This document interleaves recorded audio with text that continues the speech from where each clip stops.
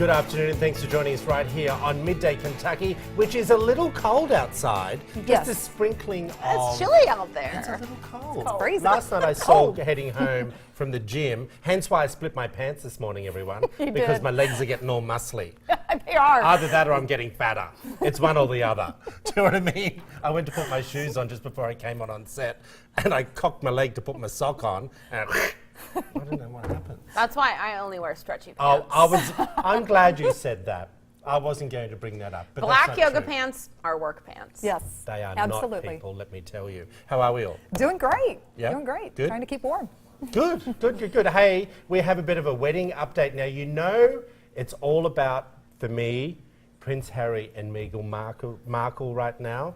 But again, she is bucking the system. Yeah, this is pretty interesting. I saw this today and I wanted to get your take. Meghan is going to be giving the toast at their reception, which traditionally is given by the bride's father. But we know she's also opted out of having her father walk her down the aisle. Right. I love this. I always wonder at the reception, I'd love to hear from the bride and the groom.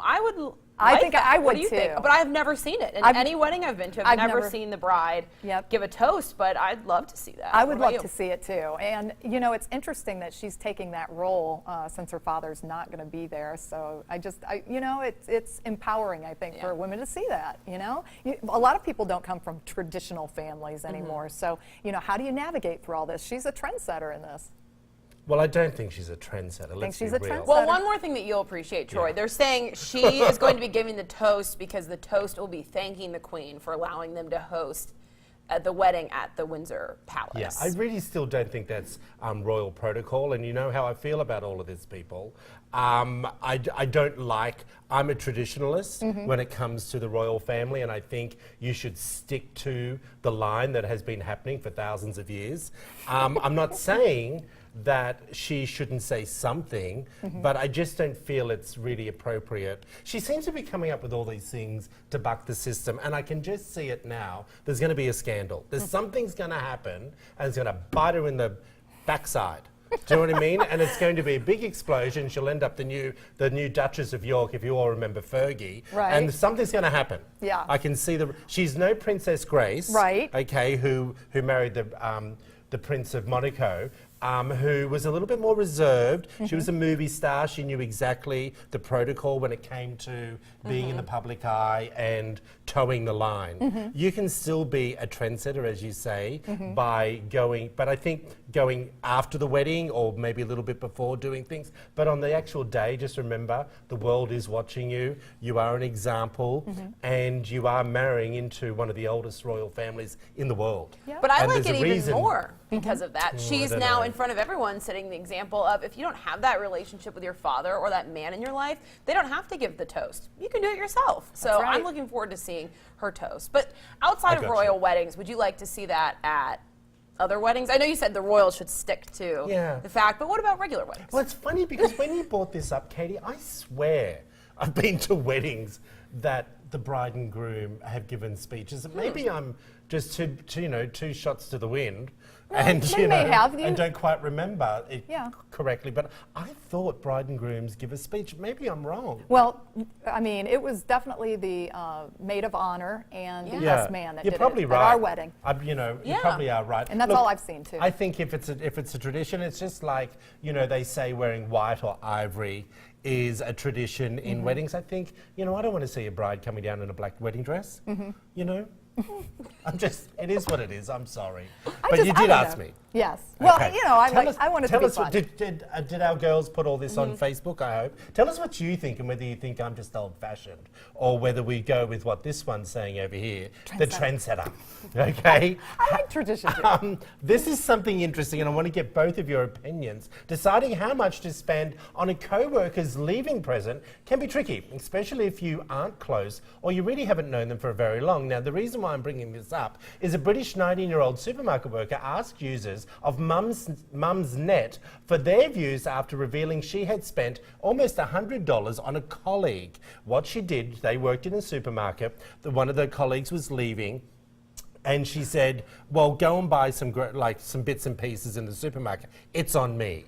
Yeah. Well, the person who was leaving goes out and actually buys groceries worth $100. And now the young gal who's 19 is upset that she took advantage of that. Right. And she maybe should have just went and bought some toothpaste or something. Do you know what I mean? Instead of spending $100 on groceries.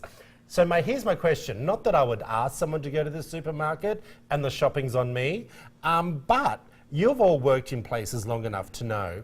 What do you think is the protocol? Do you feel if I was leaving, Katie, that you would feel that you have to buy or chip in to buy me a gift if I was leaving? We work together more intimately, so I would say yes. But if it's just most coworkers, I like when they're leaving, if we're probably not going to stay in touch, I like people will have a get together at dinner or drinks. Right. Or Gotcha. usually get together at a bar, and I'll buy the first round. And then someone else is like, oh, hey, your drink is on me. Like, so I'll buy them a going away one Yeah. drink. I don't Yeah. know, not a gift. Yep, or maybe a lunch. I would expect like a manager, if it, Yeah. if it was my manager, I would expect them to, take me out for lunch or whatever. If I've Really? been working Yeah. for them. Yep, I would. Okay. If it's been a I long mean, that's time. what I would do if I was a manager. I would But take how my long employee would out that have to been? lunch. Like, what do you think is the time frame that you would deserve a lunch? At least, Well, that also depends At on the least a year. circumstances of your Okay. departure. But so a half a year. Yes, I would, exactly. A half a year, I would expect at least a cupcake, and then for a full No, year, seriously, I a would full year. expect a lunch, a full lunch. Really? I mean, nothing fancy. Just Okay. take them out for lunch and say thank you for working with me. Is it and wrong of me to think that, no, I wouldn't expect that, or nor, and I have to be honest with you, for 20 years, you all know that I had my own businesses in Australia, and not once did I buy anyone a going away gift. Well, if you're consistent with Yeah. that belief, I don't think there's anything wrong with that. Yeah. I think it's when people, start kind of showing favoritism and all of that. That's where it gets kind of sticky. I'm they're still like, leaving. I got your first glass of wine Yeah. at the going away like party. that. And that's it. Unless it's a 20-year retirement. Well, that's a different thing. Then, but Yeah. if you're just moving on, good for you. Cheers. Yes. Here's a drink. We'll Bye. never see you again. But that's You know what I mean? would want Like- in return, because we all move around a lot in this business. This is, my fifth station, and each time you have so many going away parties, and it's just meeting for a happy hour, and Yeah. everyone will buy you like one Yeah. drink I or a don't glass think of wine, I and you didn't- leave, and it's Yep. a nice gesture. I didn't have one from Utah, but I still contact quite a few of my ex-colleagues, and we stay in contact. I went up to see one of them at Christmas time in Montana, but I don't see why you would feel that you deserve, and I don't mean you personally, Right. that you would deserve a going away gift if you've only been there. I think Katie's right, 20 years, 10 years, 5 years. And I think if Katie and I, because we do work so closely, Yeah. we all do, I would take you out for lunch. Yeah. But I wouldn't expect to, if, John's sitting in the sound room right now, he's probably going to cut me off. John, I probably wouldn't buy you lunch, my friend. Do you know what I mean? I don't know. I got your back, John. Yes, I this one's just got your think back. people expect too much these days, and then when you have Exactly. so many coworkers, it becomes financially draining as well. It But can, yeah. I do think we had someone just leave this past week on Did great we? terms. A photographer of ours. I don't know how much you would work with him, but he wrote handwritten notes to a bunch of people, and that was just such a nice little gesture. And I did the same thing, and I just think. Free gestures are Yes. a little underrated. why Sometimes didn't people I just get want one a of those gesture. notes? Well, he doesn't appreciate his experience working with you. But you know what I mean? Like sometimes we think we just spend money, but Right. we really appreciate just like the little free gestures. Well, you can do I for agree someone. with And it that, also Katie. depends too. You said that this was a supermarket situation with the story. I mean, she wasn't making like a boatload of money, Yeah, I agree. and to be taken advantage of like that. That's But really the rude, groceries is odd. That's like I what you do know. with your parents. Like I still see my dad now, and he's like, "Oh, do you want to go buy Kroger? Do you need anything?" Like, I know. who takes groceries from their You friend? said, I Dad, don't know. I go on Friday nights to Whole Foods. I'm good. I've got it. Yeah, he's like, "No, we're on a Man Kroger friend one budget. has Thank it. you." Okay. Tell us what you think. Head over to Midday Kentucky's page, whether you side with these two or whether you actually think that I'm on the right path. Because I just think you put in your resignation, it's bye, Felicia. Okay? And that's okay too. Yeah, It's until you all work good. with them It's all again in good. 2 years. Exactly. Or they're your boss. What was really interesting about this next topic that you're bringing up is, people who litigation. and what is going on no longer just here, but also overseas. Tell us what this Yes, story is I about. came across this story, and I thought it was really, it was eye-opening for me. And at first I was offended, and then I was kind of like, well, maybe there is some medical background to this. But what it is that a 32-year-old London woman was denied service at a spa when the workers insisted that they do not treat cancer patients. And that surprised me when I read that. I was like, well, why wouldn't they treat cancer patients? If anyone needs, to feel better about themselves, during or even after cancer treatment, I mean, it would be the cancer patients. I mean, these people go through hell in order to But what was get the through this. reason from the business? Well, and what they're saying, it was a blanket policy, and what they said was that they believe that potentially it could spread or stimulate the cancer cells in the body, and they were concerned about that. And so there was a blanket policy in Britain that says we don't do it. But this woman, her name is Jo Mackey, she's 50 years old, she took legal action against the Center Parcs after being refused a manicure and a massage because she had breast cancer. And they're refusing it for patients that had it 2 years previous, or if they're currently having cancer treatment. So, I looked at that and I thought, what are your guys' thoughts on this, first of all? I mean, as far as with having a massage, and it doesn't have to be a deep tissue massage. Even if it was just a nice, relaxing But this massage. woman's now suing the Absolutely, day spa. she is suing, and for good reason too. What she said was, I was turned away when I ticked their little box, which said, "Have you had cancer in the past 2 years?" I said, "This is ridiculous." They said, "Really sorry, we are not trained to treat people with cancer."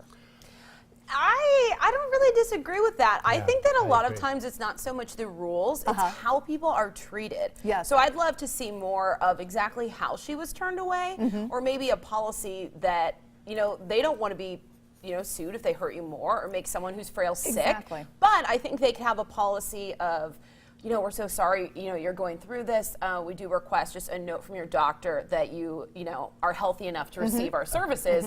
Smart. Then you can. But approaching her in a more compassionate way, I think, would have gone a long way. But I can understand those kind of blanket rules, because you could say, oh, just a little massage or just this, but where's the line of what they will Right. give you or what not? So I think you have to make it a blanket rule, but I think if your doctor writes a note, maybe that Yeah. would be a good policy. But I think you just you put hit the nail on the head by saying it wasn't a deep tissue massage. Well, we don't know that. Right, Do you know right, what I mean? right. And we also don't know. Now, I know you looked on the Cancer Society's website today.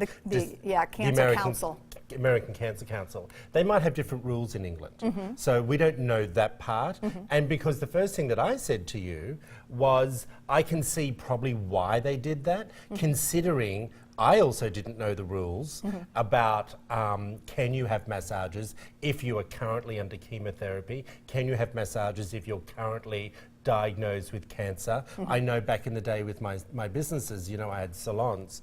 If people were having chemo, we wouldn't do colour on their hair. Do you know what I mean? So there are reasons for that, but I don't think there's a reason to sue.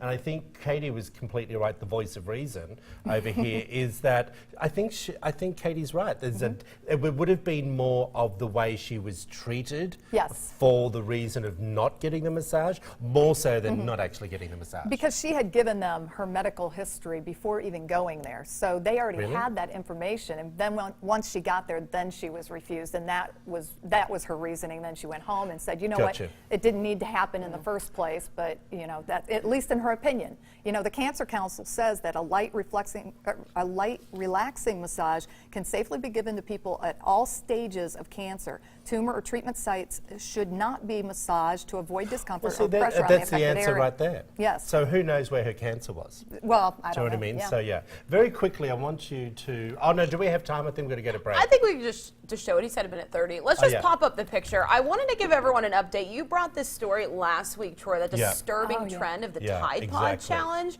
Well, there's a company in Indiana, a donut shop, that now says they're making the alternative, the safer alternative, Tide Pod donuts.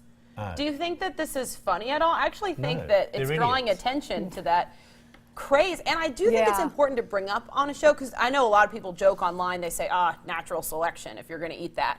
sure, for maybe the older adults and things like that, but you Yeah. never know when a little kid is listening or Yes. they hear it at school. So I Yes. think it's important for parents at home to know that that's still going on and make sure you keep those Tide Pods locked up or away, because it's a disturbing trend, and to see Yep. adults making donuts like Yeah. that. Well, and just remember, everyone, this was not, these were teenagers from the age of 12 to first and second year college Yeah, students college. that were doing it. Because let me tell you, if you own Tide Pods, Yeah. I have trouble opening the box. Do you know what I mean? So I get it, but that's why I have, Yeah. someone who comes and does all that, because I can't open the darn thing myself, let scary. alone try and eat one. Yeah, but very silly to, just- I yeah. think, to make Yeah, them. if you have them, You're keep right. them locked Yeah, up. I agree. Hey, stay tuned, everyone, for Advantage Osteopathic Physical Therapy. That's a mouthful, everyone. They're here to discuss the cold and flu, and later in the show, find out what's happening at Woodford Reserve, or one could have a hot toddy. There Who you knows, go. everyone? This is Midday Kentucky. Keep it right here.